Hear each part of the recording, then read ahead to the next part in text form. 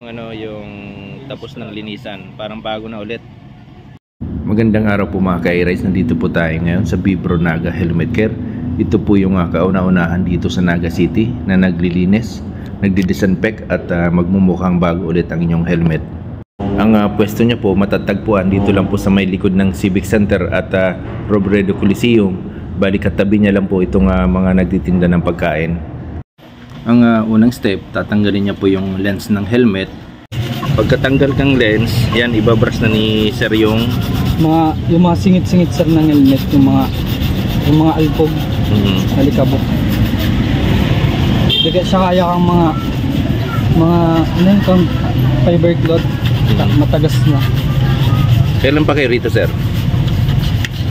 Dati kaya sir, nakapisto po kami sa harap kayang museum di Sir Robredo. Diyan kayo sir dati sa museum ni Robredo? Iyo po. Tapos tigpalipat po kami digdig katong ano dyan, itong gar administrator na digdig na lang dapo kami para ma-press ka man lang. Iyo po. Saka parang mas lalo ka mong mahiling kumbaga makita or ano. Iyo po. Hirap magtagalog. Ikatagalog ko kaya para mas maintindihan ba kang iba. Bakulong Bicolano. Tapos sir, ano yung sir pini-spray mong yan? Yung shampoo po ni tigi-spray. May shampoo? Sa Vibroman po niya. Sa Vibroman po yan. Yan. Ano yan? Yung shampoo lang po siya. Sarili yung brand? Iyo gawa? Iyo po. Tapos dry? Iyo po, dry ko po para mawala yung mga alikabok sir sa loob.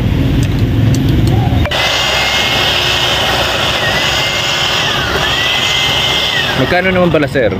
Isang helmet? Ito sir, 100 to sir. 100 isang helmet? Yes po. Meron po kaming price list yan po.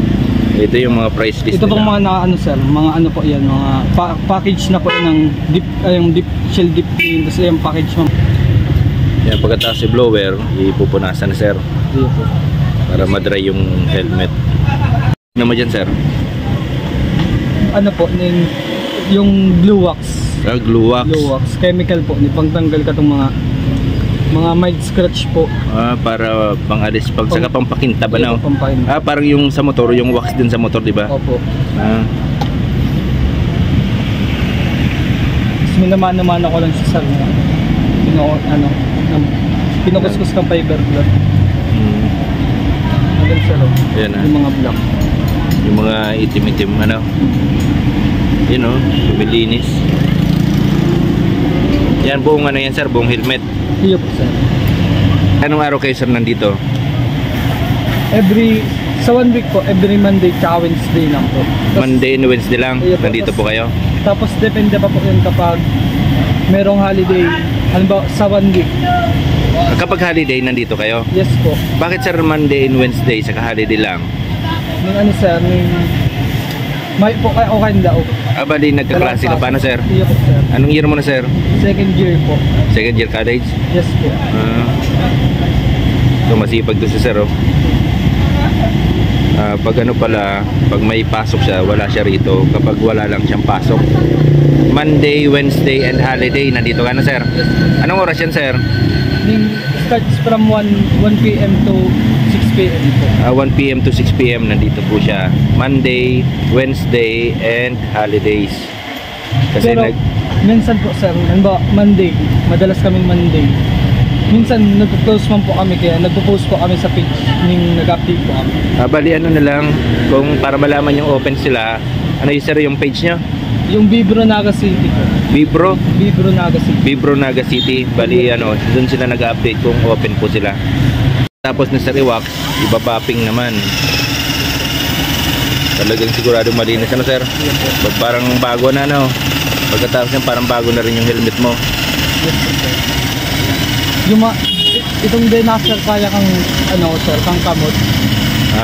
Pag di na kaya ng mano-mano, nadadala nitong pambapping ni sir. Para mas pulido. Paano ka naman siya nakakuha ng idea na yung ganitong negosyo yung pasukin mo? Bali po, po kaya? Duwa po kami Bali, partner. Girlfriend ko po. Ano, naglilinis din yung girlfriend mo? Minsan po, siya po yung nagbabantay. Siya lang po ang naglilis sa atong mga nagpapalinis. Pag may man po siyang klase, nag-klase man po. Ito po sir, yellow wax po ito. Yan naman yung yellow wax na tinatawag na yellow wax. Anong tawag yan sir sa machine na yan? Yung linagyan mo ng ano? Yung polishing po. Polishing din.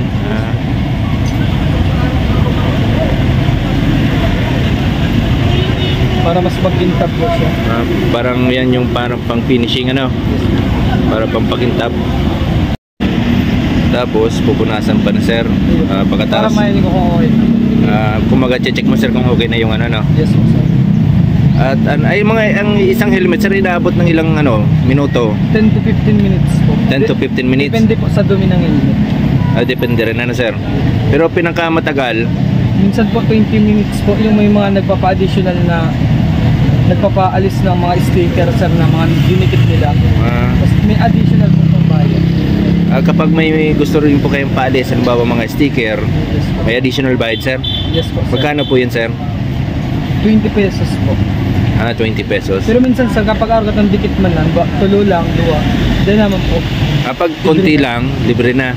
Pag marami, Pag marami lang po. sige sir. Pati pala yung lens, sinashampuan din ano sir? Yes po sir. Bali madami po kami sir branch. May mga branch din po kayo dito sa Naga? Sir. Saan po? Saan pa po yung ibang branch? Sa Valenzuela, madami po. Basta search nyo lang po yung Valenzuela, sa Maynila. Manila po. Meron din sa Legazpi. Pero sa Bicol, Sa Bicol, ay dito sa Naga, kayo pa lang. kami lang po. Tapos yan, pag ano na, pag nalinis na, ibabalik na yung lens Yes po. ng helmet. Yung anong sunod na ano niya, yung bubble G. Bubble gum po. Bubble gum yan. Pang disinfect yan ano sir? Yes po sir. Bali, meron pa po kami ibang mga scent. Mga strawberry, bubble gum, tsaka lemon. Tapos tutti frutti. Kaso po, hindi po ang napili sir. Depende sir sa customer na kung anong gusto. Yes po. Tapos lagyan ng ano, pang disinfect. Pang disinfect ano sir?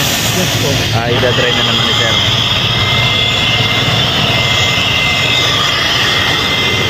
Ano yung tapos ng linisan, parang bago na ulit. Okay sir, thank you sir. Thank you po. Si sir hanapin nyo pag si sir ang naglilinis dito. Punta po kayo. Saka kayo rin yung may-ari na sir. Ano yun sir, parang nag-franchise ka? Yes po. Yes sir. Thank you sir. Salamat po. Ano pang pa? Si JR. JR, bali, paano nyo sir nalaman dito sir na meron ditong ano? Narinig ko po sa kaibigan ko, kasi ko rin ngayon sa UNC, maganda rin dito magpalinis ng helmet. Kagaya ngayon na magta-try na ako ngayon. Kasi first time ko kasi ngayon na Bali ano sir, recommend nung kaklase mo? Recommend ko. Kasi di naman yung magre-recommend kung pangit yung ano Hindi sir. maganda. Pangit yung serbisyo na sir. Tsaka yung helmet daw kasi niya, parang luma na, pero nung pakalinis ng biko, mas mas Parang bago. maganda na ulit. Pwede na ulit gamitin. Okay sir. Ganyan. Thank you sir. Maraming salamat sir. Sige po.